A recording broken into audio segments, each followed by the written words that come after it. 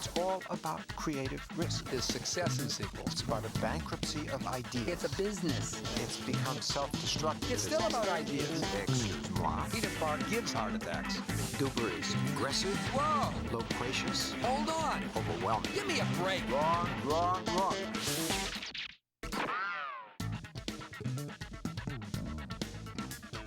On today's Sunday morning shootout, do movie trailers misrepresent the film? Do the gossip columnists reward bad behavior? And we shoot it out with filmmaker Ed Zwick. Good Sunday morning. I am Peter Bart. And I am Peter Goober, and you're watching Sunday Morning Shootout. In Hollywood, there are no rules, and we don't follow them anyway. So go ahead and break some. What's on your mind right now, Bart, if you have one? I mean, a thought or mind. You're getting tough on Sunday. Trailers. So I saw a whole bunch of trailers last night. As usual, 20 minutes of trailers in between movies, a lot of trailers. But apart from that, they're too noisy, they're too aggressive, and they also misrepresent the final product. You know, I was thinking about this. Every movie from the trailer looks alike. Everything looks like a tough action picture with major chases and stuff blowing up. That doesn't so much as misrepresent the pictures, but it's dishonest, it's also boring, and 20 minutes of that stuff is just too much. The question is, what are trailers meant to do?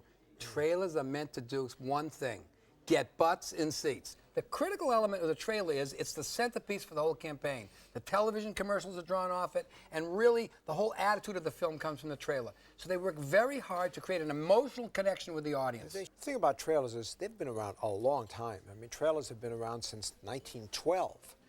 And there was a time when trailers were kind of an interesting part of the mix artistically. I mean, with Gone with the Wind, David Selznick sort of led you through stills on the picture. Well, you know, I wasn't around like you in 1913, and I don't really remember Gone with the Wind that well. And the 50s era kind of escaped me. I was, you know, in diapers. But really, the trick in trailers is this: you've got to get playtime. And when they put out 5 and 6 and 7 and 8,000 trailers, each studio tries to attach its trailer to its film because they want to own that real estate. Then there's some loose put in the can and run by the exhibitor. The trick, I think, is to make yourself separate from the other trailers. There is a cacophony that you have to cut through. So the trailers have to look different and have to be different if they're going to be seen and heard by the audience. They made different. See, the trouble is, you know, again, going back to The Graduate, the sounds of silence, you had wonderful stills from the thing. You remembered the movie. It was distinctive. Well, your memory was working then, but I can tell you this. No, but most you're the people one with short-term memory loss. I do have short-term memory. I forget your bad habits, but I will say this, that today, when you look at trailers, the argument is that they misrepresent films. No, what they really do is they connect emotionally with the audience. Okay. They're in the emotional transportation business, not the information business, Peter. Master and Commander, there's this little loving look that Russell Crowe gives to the native girl on the beach. Now, that's in the trailer. It's also in the movie, but that's the last you see of the girl in the movie. So there is a suggestion in the trailer that there might be a love story in this movie. Ain't no love story in this movie. Well, I think that's a fair comment. On the other hand, I don't think you take 150 seconds where you're going to demonstrate why an audience should come to a $185 million film and say, let's show the boring parts. Let's show the parts where the act doesn't work really well. Or let's show the love story that doesn't connect. You try to put your best foot forward. But you won't remember this either, but Alfred Hitchcock in the trailer for Boy, you're going back, man. You're really rolling into history. He gave a little lecture about how badly mankind treats its feathered friends. It was this charming lecture. Now, it also interested you in the picture. But again, it was something that set it apart. It was unique. You know, maybe it was unique, but I don't think that would work today. I think today what you realize is if you're going to spend $100, $150 million on a film, and you're going to have superstars in a big budget, that's what you got to show on the screen. Do you remember the first trailers, though? Again, you would know this. No, I don't remember the first trailers. See, I was born then. When I was a lad, the first. You were never a lad. You were born full form, riding away in that trade. The original idea for never a lad. The original idea for a trailer was to show the first reel of the movie. Now, I think that's rather interesting. We're talking in the 19 teens here. But I think it was a rather interesting idea to just show reel one of a movie. That gives you a much more honest taste of what the picture's about than what's done today. Think about that, Goose. Your next picture, run the first reel. Yeah, you know, I'm not going to run the first reel because they wouldn't come to the movie maybe. But really what happens is you have to look at some of these films and ask yourself, how else could you present them? If you're doing The Perfect Storm, would you end the trailer and say, and they all died? Now, that would be an interesting approach. Yeah, right. No one would come. I say bring back Hitchcock, Selznick, and Fellini. You say bring back 1917. Sorry, kiddo. It's 2004 where we're going, and that's where it's going to be. So, Bart, what else do you have stuffed in your stocking for me this year? Hollywood stars used to live dangerously, Pete. And that's gone. I mean, they're in point of fact today. Stars live in an environment where the columnists basically ask them suck-up questions. And the shows that deal with stars and movies are afraid of offending them. That old axiom that all publicity is good, just get my name right, is wrong, wrong, wrong, to quote a very famous man. And I really feel, at the end of the day, that bad publicity is bad, both for the star and the film. If you look at it and you think about it, you look at the films that have suffered from it, it's constant. Hugh Grant gets busted on Hollywood Boulevard. Did it affect his 9 months? Yeah, No. he got 24 months probation. Yeah, but Hugh Grant, no one remembers it anymore. No one remembers that Halle Berry had her problem. None of these guys are really penalized by their bad behavior. The only exception to that rule might have been Woody Allen. Me, I know, I was penalized by it. You got stuck.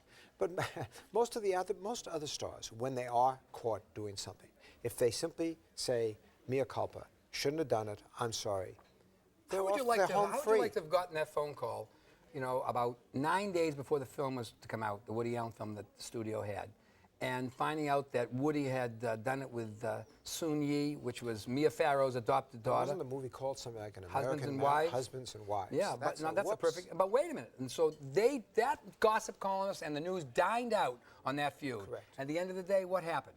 His heart got Sun Yi, but it divorced his career. And we had his next two films. It was catastrophes. But it didn't. I mean, Woody's going on just fine. He's But this making film's pictures. not succeeding. But that's because of the films. It's not because of his bad reputation. I think he's not the darling of the public anymore that he was. And you want to see some real proof? Look at Proof of Life. Meg Ryan and Russell Crowe, huge star. Russell Crowe. Meg Ryan's going through a quiet altercation with Dennis Quaid, sneaks off to London, makes a movie with Russell Crowe, and the tabloids get a hold of this whole affair. Wait, and then what? The movie. What didn't hurt the movie? It was a catastrophe. The movie would have been a catastrophe anyway. You know what they had to do? They cut out 15 minutes, so all they have is a trace of that romantic relationship. The picture was a catastrophe, and I think it was hurt by My that. thesis is still that anybody can get away with anything. I mean, Did look Paul at Rubens, Arnold's. Pee Wee Herman, what's he got away with? Look at the He premiere. got away with going to the bathroom. Look at the premiere story on Arnold Schwarzenegger of a couple of years ago. I mean, they claimed all the groping stuff, all this garbage that came out during the campaign,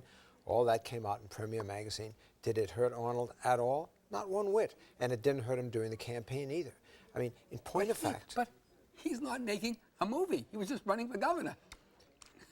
Don't lose that distinction. That's more vulnerable, you I don't might know say, about that. than making a movie. So who's going to join us, Peter? He has produced such outstanding films as Traffic and Shakespeare in Love. And as a director, he's responsible for Glory and Legends of the Fall. His latest is the current Tom Cruise epic, The Last Samurai. Welcome, Ed Zwick. Hiya. Good to see you. Good to see you. Your recent Samurai tome, they said, took you 9 or 10 years to bring to the screen. It cost somewhere near $130 or $40 million and probably another $60 million worldwide to market it. Right. Was it worth it? Well, that's really the question, isn't it? I think the question is not even whether it's worth that kind of money, but whether anything can be worth, you know, giving up your relationship with your children, your wife, your family. You know, the 2 years of your life might be 2 hours of someone else's time between paying the babysitter and deciding where to have dinner. Right. Then again, you know, we choose to do these things only out of passion. I think once you've done a certain number of them, you know what you're in for. The And thing of only the reason to do it- contrast, making a picture today, and the time Yeah. and sacrifice it involves, whereas, you know, a generation ago in the studio system, someone would take a 40 days and out. 3 pictures, 40 days, you know, not even around for editing. You know, it's a whole different world And now. the San Fernando Valley, too. But would it have been better then? I mean, you could have done 3 pictures this year. Is that more helpful to the craft of directing? Well, it's interesting. I think there's a certain preciousness that goes into making movies now where people spend so much time and focus so much on just 2 hours that things, I think, sometimes the perfect is the enemy of the good. Yeah. I think that's really true. So let me ask you a question. Frank Rich, our good friend on the New York Times, wrote this column in which he basically said that you had made a movie about Tom Cruise who had become a member of the Al-Qaeda. I mean, what he said specifically was, transpose The Last Samurai to the present. And it is the story of an American veteran who is recruited to train the Iraqi police and then bolts to the insurgents, if not Al-Qaeda. Now, is that really the code of honor that your character was following? I think sometimes people writing editorial journalism will to stretch to any opportunity to take a contemporary example to serve their agenda. I mean, you know, in this particular case, it's quite silly because the samurai had been, in fact, the society itself. They had been the aristocracy of the society for 600 or 700 years. You know, Al-Qaeda, or insurgents, call them what you will, is in fact a relatively new phenomenon. And you know, terrorists are those who in fact are, you know, killing randomly for the sake of some political cause, and these guys were in fact the society. You know, part of it, I think, is a reaction to the fact that we have a lot of pictures about war and about the code of honor that are out this time of year. There are a lot of big battles raging across the screens these days, and I think some critics, indeed some viewers, may be a little in rebellion about that. Well, they're not. They're all going to the movies, though. They're going to Peter Weir's movie. They're going to my movie. They're certainly going to go to Lord of the Rings. They have to go in a lot of numbers to make the currency of that movie. I mean, look at Master and Commander, $186 million. Yeah. A lot of people. 655. 155. I don't think anyone knows. 155. Okay, 155. Let's not quibble about $30 million. Okay. But you have to get a lot of people in to make those movies work. I mean, and 3 of them are in the marketplace. In Coal Mountain. That's right. In Coal Mountain, and then you have your film, and you have Master and Commander. Yeah. There's enough audience for that? Listen, the Lord of the Rings sequel, The Return of the King, is about a battle. But it's not a period picture per se. Well, it is a period picture. It is a different period. Yeah, that's the Middle Earth. Right. At least you weren't dealing with the Middle Earth. Yeah. What kept it going for 10 years before you get it made? Well, you know, the truth is there's a thing that happens, and it's hard to describe because it was true for Glory, it was true for Shakespeare in Love, Legends of the Fall. There's a quickening. There's a moment in which the story becomes right, where the right actor is there to be wants to do it, where the studio has faith, where somehow the landscape feels right, and the stars align themselves. And I think it's about hanging in for that length of time until those circumstances are right. I tend not to make movies that are so obvious where I can walk in the room and say, you know, it's a killer car, it's a high concept. It's in fact wedded to some other kind of very personal passion. But in retrospect, when you made The Siege, Yeah. were you kind of overstepping that ambition? Or was that either ahead or behind its time, that picture? It was about terrorists in New York. I think, in fact, there's only one real measure of movies. We think it's the opening weekend now, or the critics' reviews, or the awards. It's none of that. It's time. Time's the only litmus. And that movie was one movie when it came out in '98, whatever it was, and it's another movie now. It ran into a buzzsaw of political correctness where people said you can't talk about Arabs as terrorists. I talked about a lot of issues about the suppression of civil liberties, which, if you look at Guantanamo now and the issues in the country, they're all there. I think. So it should be re-released at some point. That's what you're saying. What's remarkable is what's happened to it in video, where it's become this huge video because of people's interest in it being rekindled. Yeah. Could anyone but Cruise have gotten your most recent movie made? I'm not. I think maybe not. I think, first of all, he never makes safe choices. I mean, with the Mission Impossible movies, that's a franchise. But his choices as an actor are always brave. And in fact, I needed somebody being willing to make that kind of leap, to devote himself to the training. If you think about it, he and I began working together almost 2 years ago. He worked for 1.5 years on the physical stuff. He forsaked how many other movies, how much money for the sake of doing this. And I'm not sure that as much as the studio liked the movie, and they did like it a lot, I'm not sure they would have been, that their comfort would have been there enough to make this bet without him. Your name has been on some amazing movies as a producer. Now, remind me, how was it that you did not direct Shakespeare in Love? Well, I was 6 weeks away from shooting. We had built sets.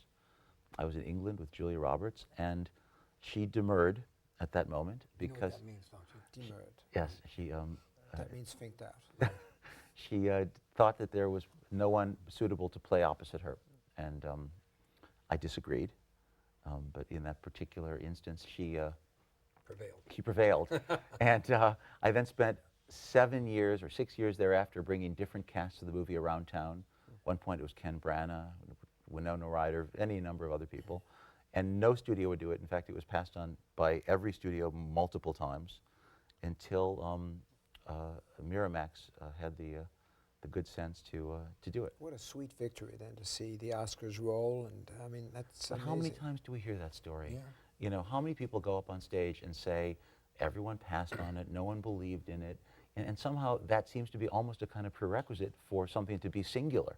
Yeah. The movies that people come together and imagine cynically or according to what the marketeers, the demographers say, are always the ones that are the first ones to tank. But Gloria, I should think that would have taken a bit of a campaign to get made. Yeah, I got very lucky there in that the guy who was running the studio at the time, Jeff Zagansky, was a college classmate of mine who had sat in an American history class with me. The Harvard Mafia scratched down. Did. And he just, I had made a movie for them called About Last Night that had done very well. For very little money, it made a lot. And he was just willing to roll the dice. There was a producer with me, a guy named Freddie Fields. A guy named Freddie Fields. Who you both know well. And he, I think he schmeistered them a little bit, saying, oh, it's going to be sort of a small, little, intimate thing just about these men. And gradually it grew, and at a certain point it had a momentum, and they couldn't stop it. Excuse me a second. Japanese, Yeah. samurai. Do you ever think that those prices and that investment, that you were like a samurai warrior, and if the film didn't work, you'd have to fall on your sword? Well, wasn't that your story? Yeah, I didn't fall on the sword. I stuck it in somebody. You know? I thought that was the better point. No, I just thought that the samurai existed someplace in the unconscious of this popular culture. I think they'd seen Darth Vader and Star Wars, which is really just a take on Hidden Fortress, and I think people had some sense that who these warriors were and wanted to know more, and that would capture some place in the imagination.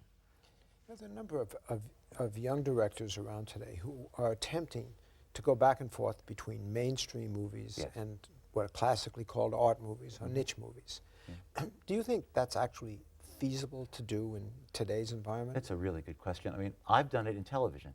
I've gone back and forth between various television shows and movies because while I've been making the television shows, it's given me the time to find the script that I want to do and never to have to take a job. To take a job for a movie that's bad or that you don't really feel confident in will kill a career. So for me, it's been an opportunity to sort of keep honest. It's so different. I mean, the product you put in television and theatrical Yeah. is so different, even intention, not Yes. even what you do, it's just the But whole that's direction. because I'm just not one person. I mean, we're multifaceted. I've seen other filmmakers. You know, Soderbergh has gone between Ocean's 11 and other art but films. his art films haven't worked lately. I mean, I mean, he's beginning to be an example of someone for whom it's not working. But it's a tough challenge. So basically, what works in television? I mean, can you still make? I mean, you start with 30-something. I mean, you started with such extraordinary material. Your last venture was less satisfying for you. What Well, I works mean, in television today? You know, it's interesting. I think what we've discovered in television is the audience who was there for us in network television has fled. I think that particular very sophisticated audience exists by and large now more fragmented in cable. And I think that's accountable for why the last show we did had some lesser success. Although 3 years, you got to think, boy, that's a lot of work, and you can only feel good about it. So are you going to endeavor to get more involved in cable? Well, I believe in network television. I so believe in free television and this broad audience, but I'm not sure how many times I can have my ass handed to me before I, get a little bit wise. You've avoided being the only ass out there by making sure all your pictures have big stars in them. You look back, whether it's the people that you work with, Meg and Tom Cruise and Brad Pitt. You've always gone for big stars. Do you think that's really a critical element in an expensive film? Well, I think it doesn't matter if you have a star in a movie. I don't think that ever helps. But if you have a star in a good movie, I think that's the combination. I think it's literally, if you have a star, I've tended to cast movie stars as actors. I've tended to ask of them things they haven't necessarily done in a lot of other movies. They're not necessarily in their wheelhouse. But I think that there's often a reason why these people have become stars. If you can identify that and use that to its best advantage, well, then you're casting well. But not for the sake of just putting somebody in a movie. I was surprised. Looks like you got Cruise to do most of his own stunts. I mean, there was one dance sequence almost in the action piece there. It looked like he did all that stuff himself. He brings an astonishing commitment to it. He decided, look, if I'm going to do this, I'm going to do it all the way. And I'm convinced that some of the physical work he did had a spillover into the nature of his performance, which I find to be very internal and very sort of still, which I think for him was uncharacteristic. But the one stunt he didn't bring off quite that well is, I think, Tom Cruise playing a drunk never quite worked for me. Let's put it this way. Billy Bob, had we been able to put him into that scene, might have been a more convincing drunk. But he wouldn't have been as good as Samurai Warrior. He would I have been don't pretty think- miserable as that. That's And the next movie would be Bad Samurai Warrior. You know, I was wondering also how you coped with violence. There's a lot of bone-chilling, bone-rattling violence in the film. Did you have some governor on that to watch out that it didn't get out of whack? Yeah, it's a really good question. I think finally it comes down to a word which, for lack of a better word, is taste. I think that I had grown tired of some of the digital wire work of the Hong Kong action flicks, which people flying around and hitting each other and having no consequence. I mean, I wanted to talk about a movie which is in this part of what Japanese culture is, where violence and beauty, in fact, exist side by side, where contemplation and the possibility of death are of a piece. And so I felt the violence had to be real. I felt it had to have, you know, lethality and danger and a certain brutality. On the other hand, it doesn't have relish in it. I think there's certain movies we could point to where you see the director just literally going out of his way to celebrate the gushing of the blood or the thing hitting the face, which to me is not the point. The point was a scene with people in it where the characters are going to, you know, live or die, where there's going to be consequence. And I think that's a little bit different. Was there any problem with the ratings board about violence? Well, you know, I have my particular beef about that. I think it's preposterous that Lord of the Rings, where heads are getting cut off and blood is gushing, that should be a PG rating. Yeah. And they say the rationale for that is because they're orcs. They're not real. That's not human blood. Whereas indeed in our movie, I think it's more circumspect, and yet because it's people, that gets an R. You know, I find those elephants, or whatever they are, getting kneecapped, to me was more horrific than most of the gore in pictures, really. It's called species hubris. Yeah, right. Really? Yes. Yes, well, I mean, I don't know. I think, look, the movie that I've made, my son was 15 when I began it. He's 17 now. I would be proud to show that movie to any 14-year-old boy that I know. I think what the movie aspires to talk about are things that 14-year-old boys should talk about. And the notion that they might be enjoying from seeing it, I think is really silly. And at the same token, they're celebrating these things in some of these movies where it's lurid and I think pornographic. But do you think that some might interpret the picture as a pro-war picture, that there is a nobility in combat and the code of honor? No, I think like this country, we've had to learn to parse those moments when we indeed have to step up and fight for things we believe in, and other times when it's inappropriate. And I think that's what the movie's about. The movie's about understanding that there is an accountability for what you do and for what you believe in. How do you find a film after this one to do that would engage you in all senses, on all cylinders like this one? I mean, well, the fun of this was being a student, you know, going into another culture, learning an aesthetic, a whole sort of thing like that.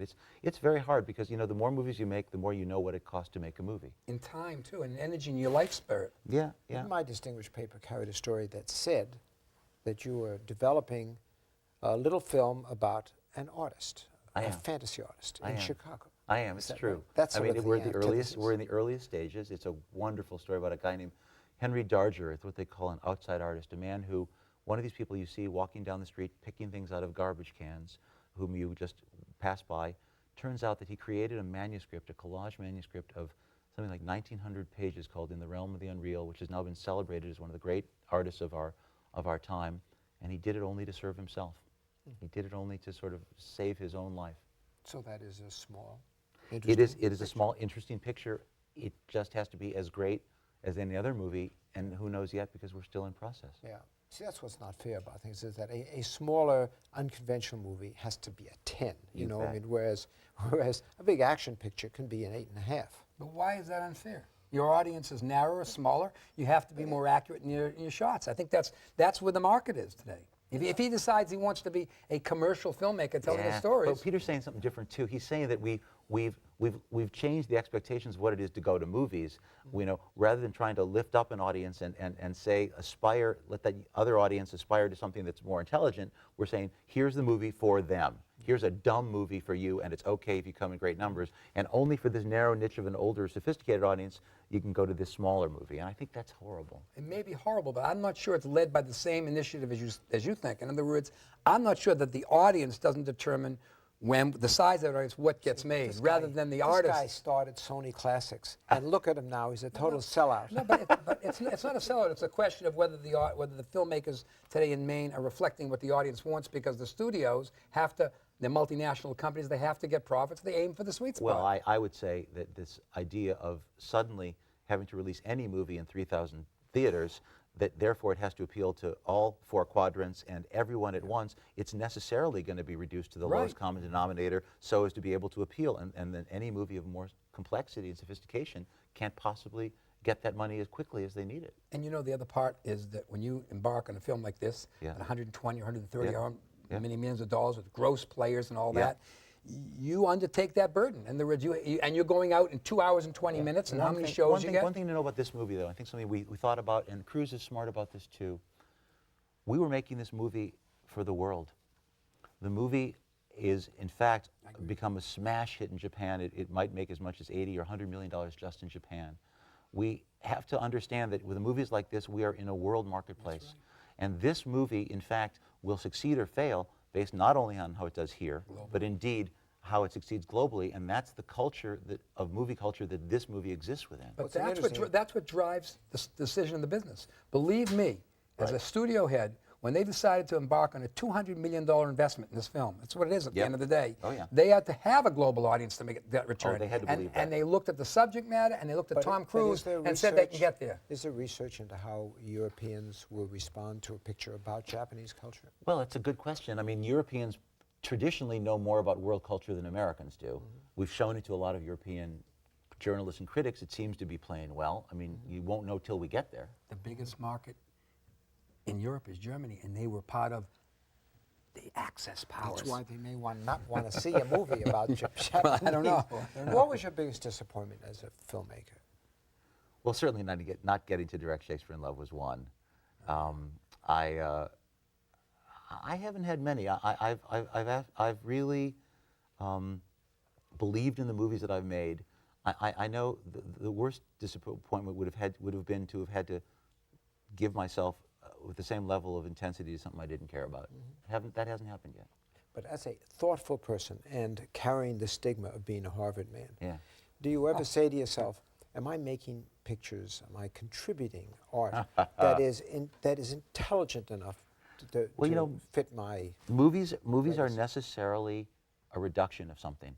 They are distilled. They're things stand in for things and signify things, and they in fact are not as complex as some of the things that I might care about politically or socially in the world. On the other hand, I have had people come up. I'll give you for instance. I don't think a week goes by that some 29-year-old person doesn't come up to me and say, I am an associate professor of history at Dartmouth because I saw Glory when I was 15 years old, and that kindled my interest in history. Or every interesting 30-year-old girl in America will say, my so-called life meant something to me when I was in adolescence, and it spoke to me. So pop culture does resonate, and you can affect more people, really, through pop culture, arguably, than had you decided to become a conductor of opera. Yeah, I guess it's a choice, and maybe it was about an honest choice. I think sometimes when I was in college and you take on these intellectual airs and pretenses, I think I was denying something about myself, which is that I'd always been drawn to pop culture. I'd always been drawn to movies. I'd always, it's that litmus when you're alone in that hotel room and you have a choice of watching, a wonderful movie by De Sica or by watching, The Great Escape. What do you really turn on and watch? And I think I finally had to admit that I was turning on the John Sturges movie more than I was turning on the De Sica movie. I can't believe with all the work he's done over the last number of years, at any moments alone in a hotel room. I mean, he's so busy. Oh, there's a lot of alone times in hotel rooms. That's the hardest part. Yeah, there's always time for The Great Escape. You bet. I wonder, just curious, is there any piece of material out there that you looked at and you thought to yourself, that somebody else made, that's something I would like to have made? Oh, lots of them. Gosh. The real Cancun. The real Cancun, right? I remember when I saw the end of, this is just an eccentric piece. I remember when I was watching the end of Fearless, sitting there at the end of that plane crash, and just something happening to me, just weeping, thinking, oh God, that's something to aspire to. But there are lots of those. It's interesting as the picture didn't quite work for whatever reason. Yes, I know. Yeah. And yet it had this really remarkable end to it. Yeah. Yeah. Ed, thank you so much for coming, and really appreciated your thoughts. It's my pleasure to be here. And really. great good luck with your film. It was marvelous. Thank you. Thank you so much. Thanks, guys. Appreciate it. Coming up next, the latest in movie news. Oh, that's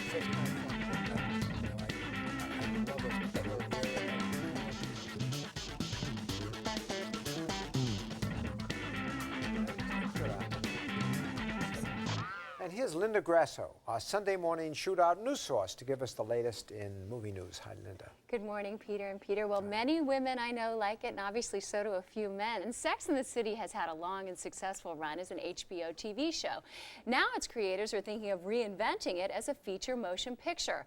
For 5 years, audiences have been drawn to the show because of its candor in examining the sexual escapades of 4 very urban and very demanding women.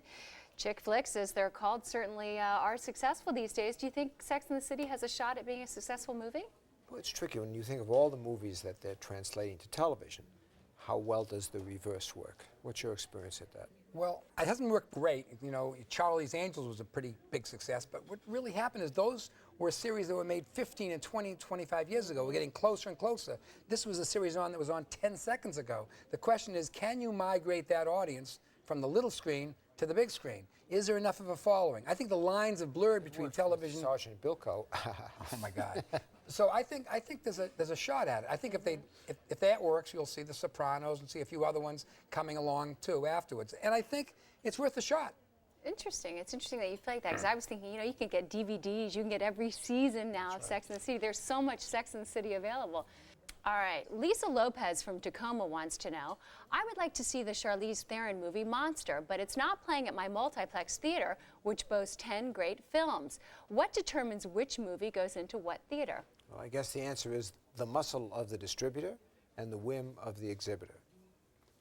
And therein lies the difference. A small film from a small distributor may get short shrift. And at those theaters, they try to play the films and multiplex them to get as much audience in as fast as they can. They're in the money business. And wait till the little guy tries to collect. That's not so easy either. It's true. Hopefully the monster will be a monster. All right, there you have it. Thanks again, Linda. You're welcome. And thank you for joining us. See you here next Sunday morning.